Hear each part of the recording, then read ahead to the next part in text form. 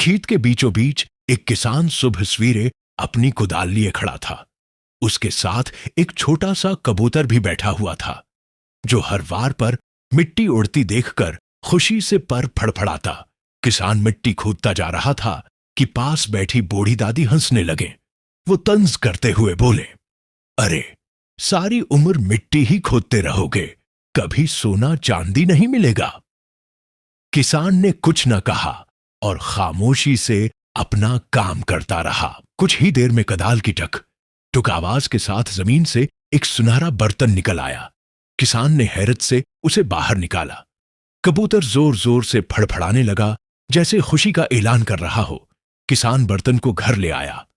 रात के वक्त जब उसने बर्तन खोला तो अंदर से एक नन्हा सा सब्ज पौधा उभरता दिखाई दिया।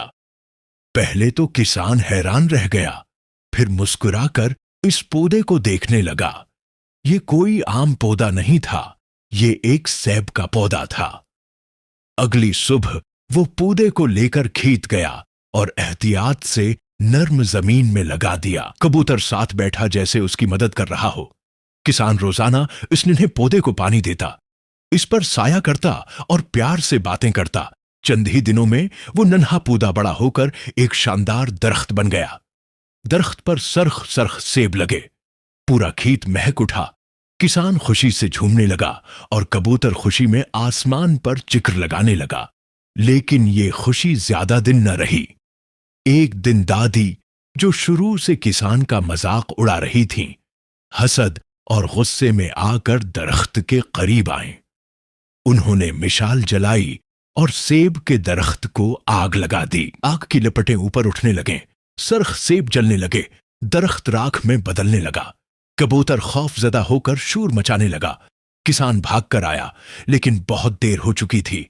जब आग बुझी तो सामने सिर्फ जलती हुई लकड़ियां और राख बची थी।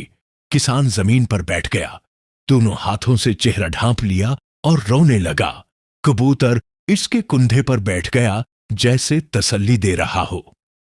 आखिर में दोस्तों, किसान का दरख्त तो जल गया, लेकिन आप हमारी मेहनत को जलने न दें।